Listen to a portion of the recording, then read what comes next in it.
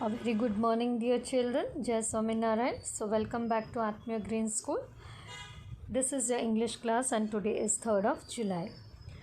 Children, yesterday we had done informal letter writing. Now, when we talk about letter writing, there are two categories, that is formal letter writing and informal letter writing. So, yesterday we had done informal letter writing. Now, today let's move ahead with email. So again, when we are writing email, it can be of both categories, formal and informal.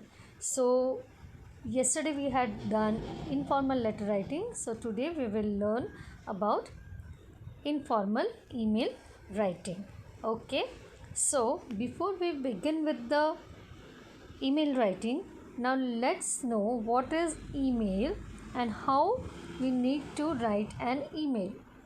Okay, so I'll be showing you a video clip, and then later after seeing the video clip, we'll go ahead with the exercise which is given on page number 32.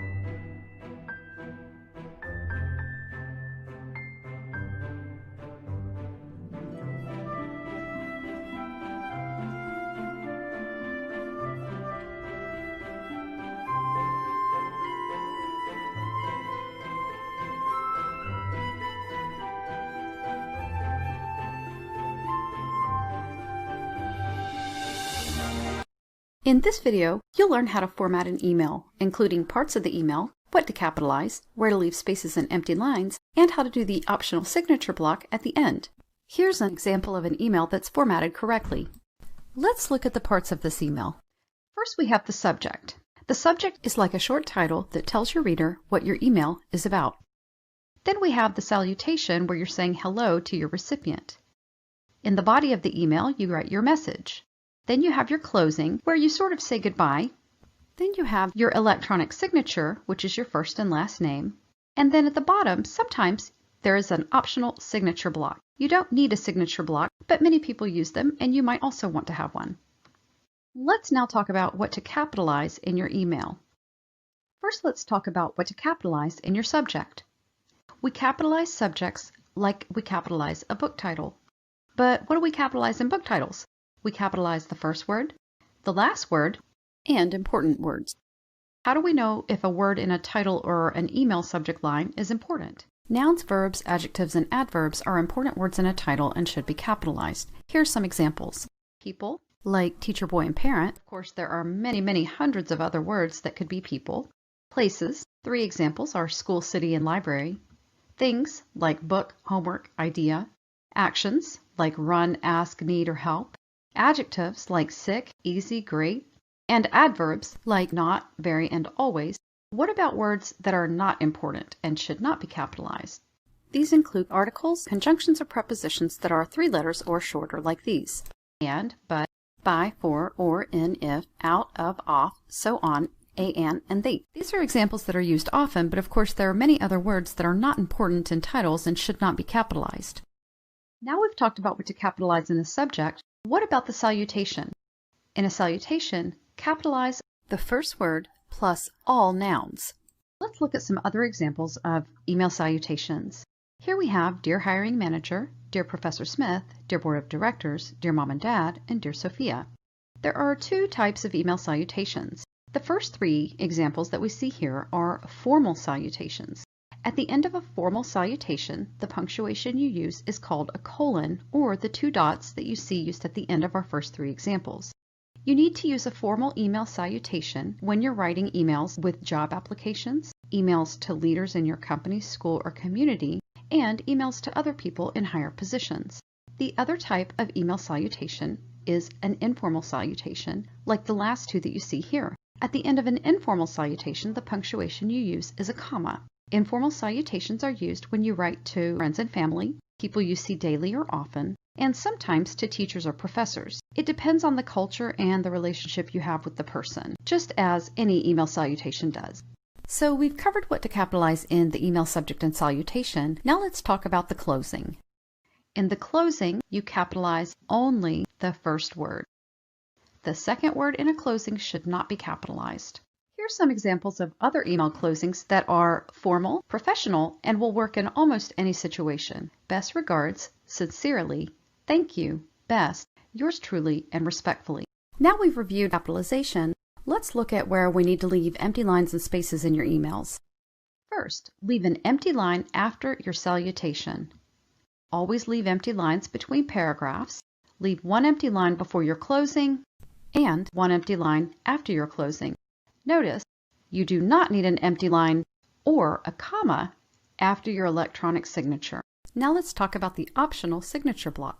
The signature block contains contact information about the sender as well as information like the sender's website, YouTube channel, or other professional contact information. Here's example 1 with the name, email, website, and YouTube channel. Here's example 2. You have the person's name, phone number, position or job. Notice after the job you have the company, and between those 2 a comma. Finally, after that you have his mailing address at the bottom. Here we have example 3 that's very similar to example 2, except that the company name and the job or position appear on 2 different lines, so we don't need to separate them with a comma. Here we have example 4, a signature block of a university student, where you have the person's name, phone number, position, which is Hello everyone, it's Mr. P. On today's lesson, we're going to learn how to write an email, a step-by-step guideline. So let's get started.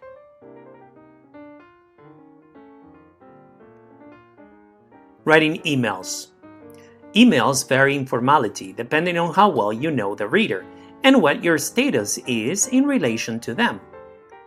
All emails should be polite, but they vary in level of politeness depending on who you are writing to and what you are asking them. This email guide helps you with the structure of emails, plus tips and phrases you can use.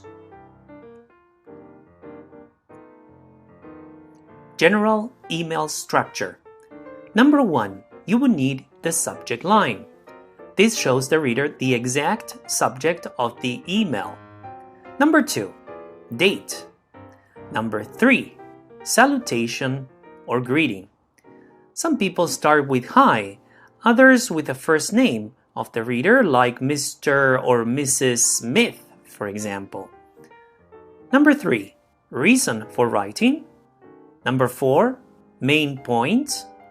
And number 5, closing. There are a variety of closing phrases. These depend on the level of formality your email will be. Now let's look at general tips. Tip number 1. Use a descriptive subject line. Tip number 2. Keep your emails short. Tip number 3. Write simple, direct English. Tip number 4. Make sure your reader knows what to do next. Tip number 5. Reduce the amount of email you send. Tip number 6. Don't send heavy attachments. Tip number 7. Be careful what you write in your email. And tip number 8. Check your email before you send it. So let's look into each point. Let's start with tip number 1. Use a descriptive subject line. Say what the email is about in a few words. Instead of writing urgent, write meeting at 10 a.m. about pay rise, for example. Use a subject line each time you reply to an email to avoid subject lines starting RE, which means regarding. Avoid writing general subject lines such as hello or hi, as some email providers automatically delete these as spam. Step number 3. Write simple, direct English. Use active forms instead of passive forms. Write short sentences rather than long ones. Don't use idioms. Use common words rather than technical or jargon words if your reader is not in the same field as you.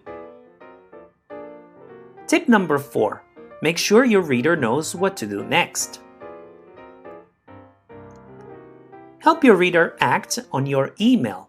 For example, if you want your reader to find some information for you, write, "Please, can you find me the sales figures for 2019? Instead of the less direct, "I'm going to need the sales figures for 2019. Tip number 5. Reduce the amount of email you send. Here are some ways you can reduce the number of emails you send to people. Make a phone call rather than write an email. This is particularly effective if you only want a quick piece of information. Only write an email to the people who need to see it. Don't automatically click reply to all.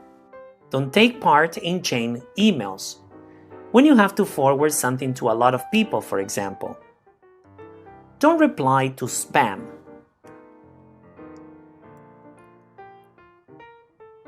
Tip number 6. Don't send heavy attachments.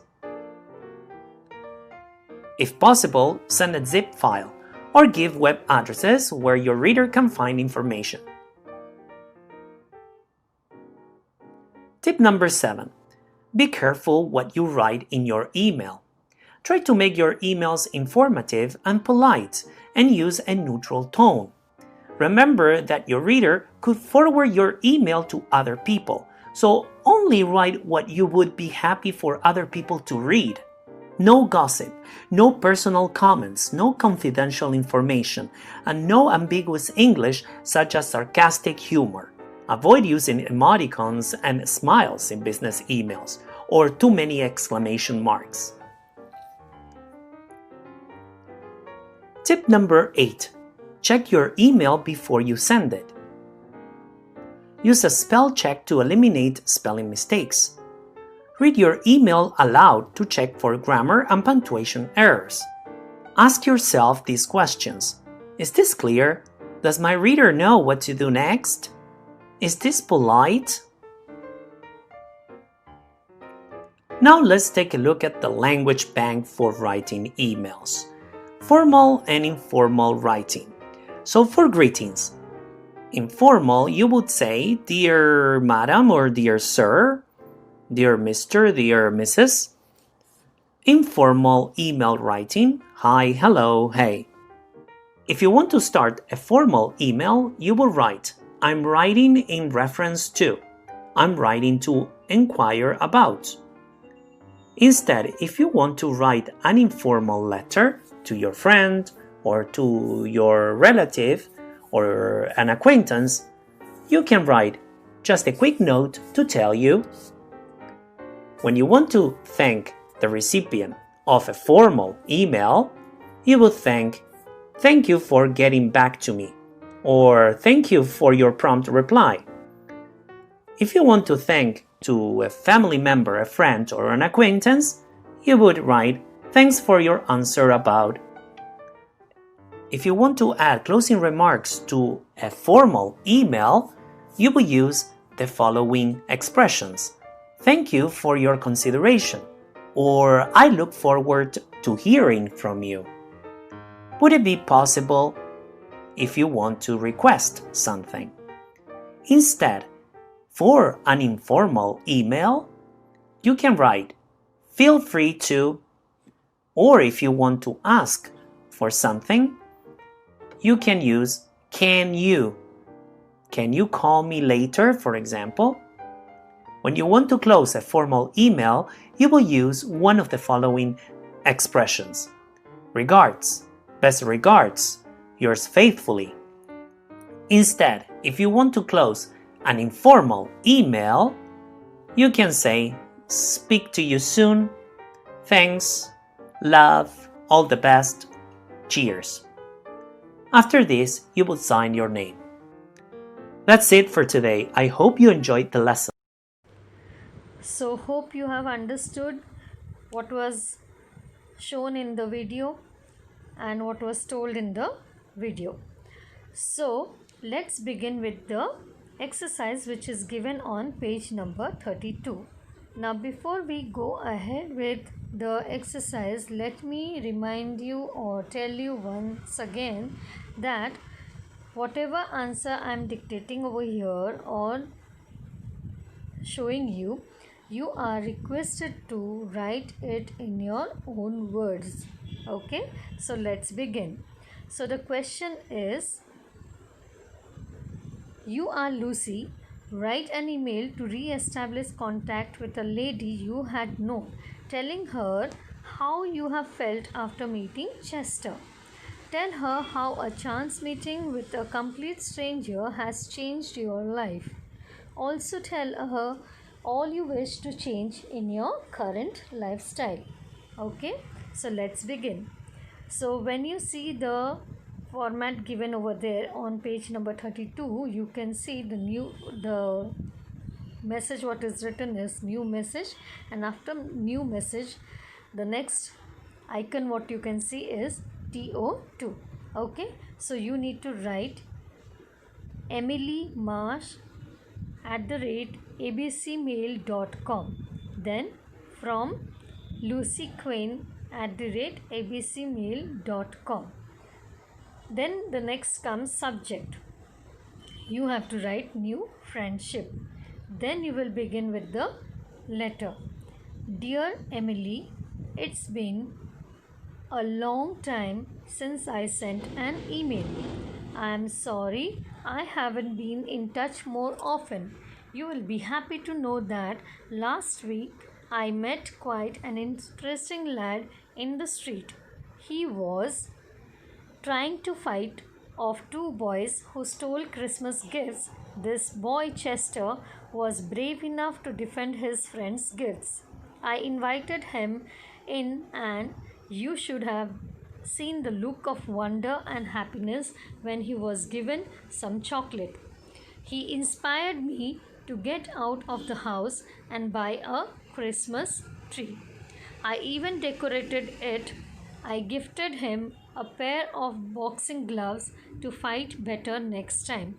He told me his baby sister likes to eat tree ornaments, so I'm hanging candy canes all over the tree. He truly was a breath of fresh air in my lonely life. Come over next week and you can meet him yourself. Love, Lucy. Okay, so I'll repeat the email again. Dear Emily, it's been a long time since I sent an email. I'm sorry I haven't been in touch more often.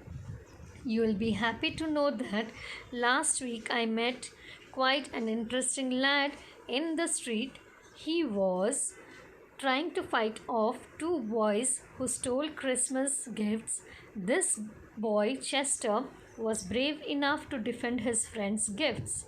I invited him in, and you should have seen the look of wonder and happiness when he was given some chocolate. He inspired me to get out of the house and buy a Christmas tree. I even decorated it.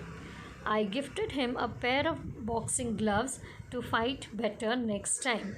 He told me his baby sister likes to eat tree ornaments, so I am hanging candy canes all over the tree. He truly was a breath of fresh air in my lonely life. Come over next week and you can meet him yourself. Love, Lucy. So I would request all of you to write this email in your English notebook. I am repeating again. You need to write this email in your English notebook.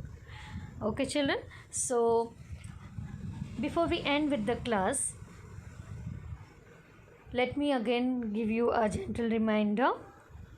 You need to be safe at home. You have to be staying at home until and unless it is not an emergency. Again, I am repeating, until and unless it is not an emergency, you are not going to go out of your home and you are not going to step out of your house. Okay, and if you are going out, you need to take care of yourself. You are going to wear a mask compulsorily, wear hand gloves, and take a sanitizer along with you. Wherever it is possible, sanitize your hands and do not touch anything which is not required.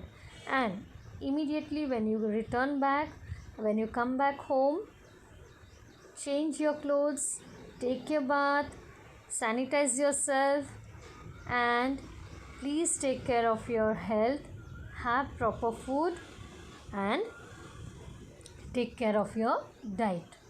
And please take care of your parents and your siblings and your relatives, those who are staying with you. All your family members, you also need to take care of them. Okay, children? And at regular intervals, at home, when you are at home, please wash your hands properly with soap. Okay, so children, please take care, and we'll continue with the next class in the next week. Okay, till then, take care of yourself, be safe at home. Bye bye, children. Thank you.